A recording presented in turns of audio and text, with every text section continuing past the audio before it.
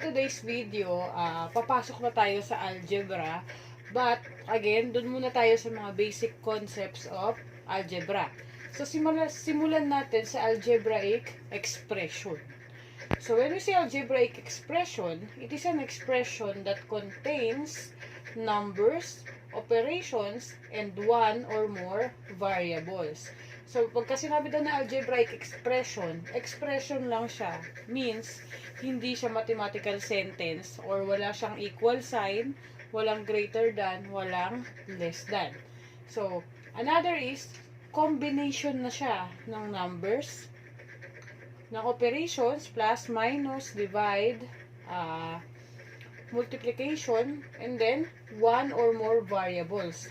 When we say variables, ito yung mga letters. Any letters from A to Z, yung ginagamit natin sa algebraic expression. So, for example, x plus 1. So, combination siya ng variable, ng number, and then operation.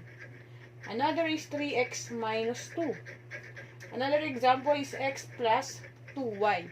So, sa isang expression, pwedeng gumamit ng ilang, or pwedeng gumamit ng one or more variables. So, gaya nito, may x na tayo, meron kang y.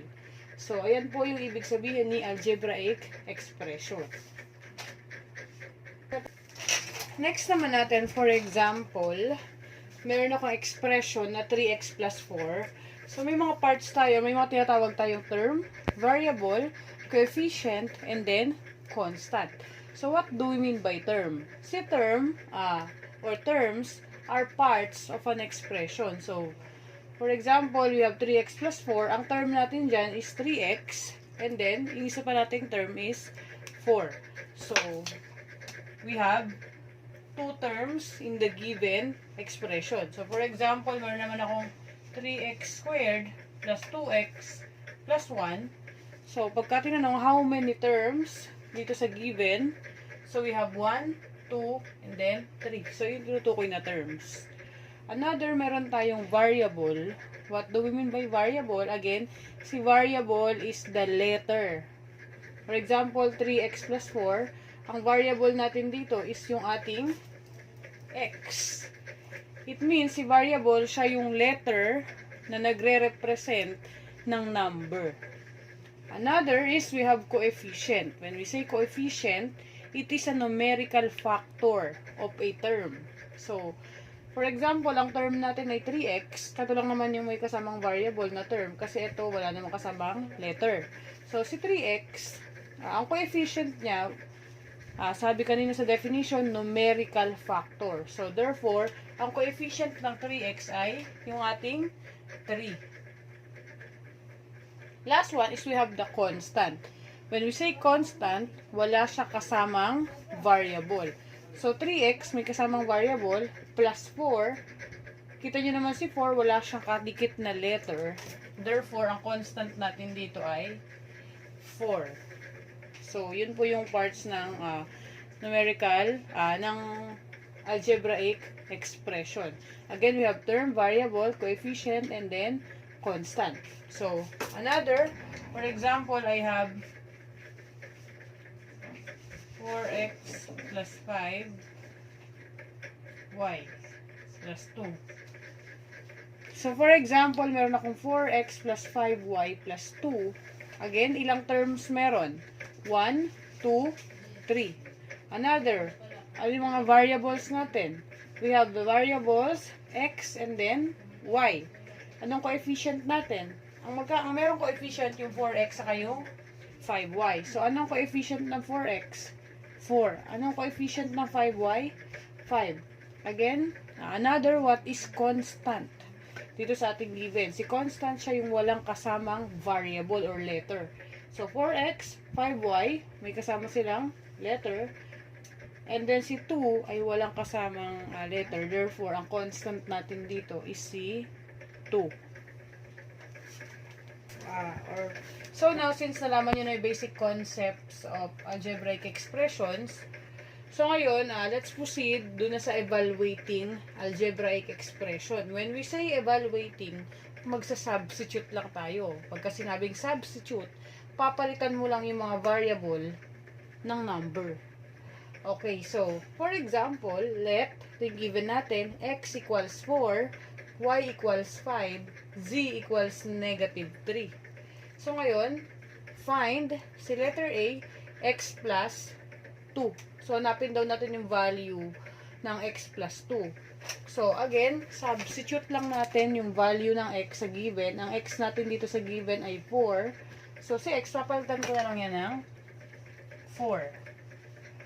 Plus, copy lang to, 2 equals, so 4 plus 2 equals 6. So, ganun lang siya kasimple. Next, letter B is 2x. Kapag ang number at variable ay magkatabi, ang ibig sabihin niyan ay multiplication. Magmumultiply tayo. So, 2, and then substitute natin yung value ng x, which is 4. So, papalitan ko lang sa x ng 4. Gumamit ako ng parenthesis kasi ibig sabihin niyan, multiply. So, next natin is 2 times 4 equals 8. Next natin is C, 4y minus 3. So, again, 4, papalitan lang natin si y ng, ang value ng y natin ay 5. So, 4 times 5 minus 3. Again, si y, pinalitan ko lang ng 5. Ginamit ako ng parenthesis kasi magkatabi si 4 and y. It means multiplication. And again, don't forget to apply yung ating PEMDAS. Multiply and then subtraction. So, therefore, ang mauuna ay multiplication. 4 times 5 is 20. 4 times 5, 20 minus 3. 20 minus 3 is 17. So, the answer is 17.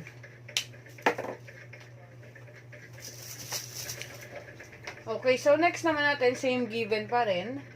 Tayo, x equals 4, y equals 5, z equals negative 3. So, ang question naman natin, find 4y over x. When we say over, or fraction, division yan, divide. So, again, substitute lang natin yung value ng y, which is 5, yung value ng x, which is 4. So, 4 times y, ang value ng y ay 5. So, pinalitan ko lang siya ng 5. Over x. Ang value ng x natin ay 4. And then, 4 times 5 is 20. Over 4. So, 20 divided by 4, kapag kaganyan, dinidivide lang yan. 20 divided by 4 is 5. So, the answer is 5 for letter D. Next, doon naman tayo sa letter E. So, burahin ko lang to. So, doon tayo sa letter E, which is 3z minus 4x plus 12. So, ilang terms meron tayo? 1, 2, 3.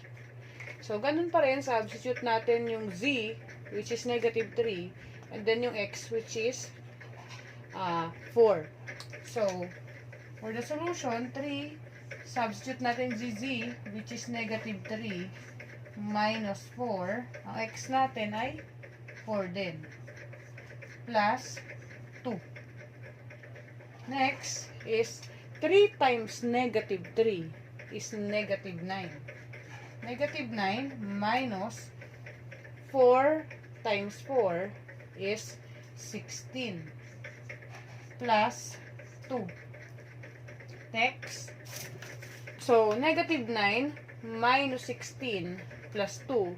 Again, kung nalilito pa kayo sa operations ng integers or may negative positive, meron din po akong video. Yung unang, pinaka nauna yun sa mga video na ginawa ko, yung operations on integers, pwede nyo rin pong panoorin.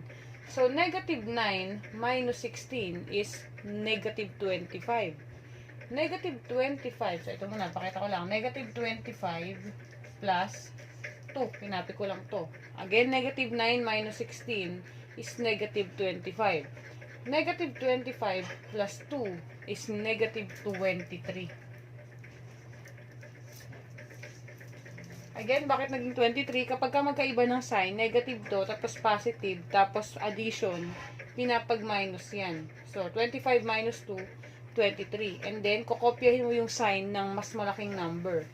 Ang mas malaki sa kanila is si 25. So, kokopyahin mo yung sign niya, which is negative. So, again, pwede niyo pong panoorin yung video ko about operations on integers para hindi kayo naguguluhan sa sign numbers or yung may positive and may negative. So, yun lang po for today's video. And again, yung mga susunod nating topic is magpo-focus na tayo sa algebra and word problems. Kaya ako inuna to, and yung algebra, of course, gagamitin natin yun sa pagsasolve ng mga medyo confusing na word problems. Again, kung hindi ka pa nakakapag-subscribe, please subscribe and share this video para rin po updated kayo sa mga susunod ko pang video. Yun lang po, and thank you so much. God bless.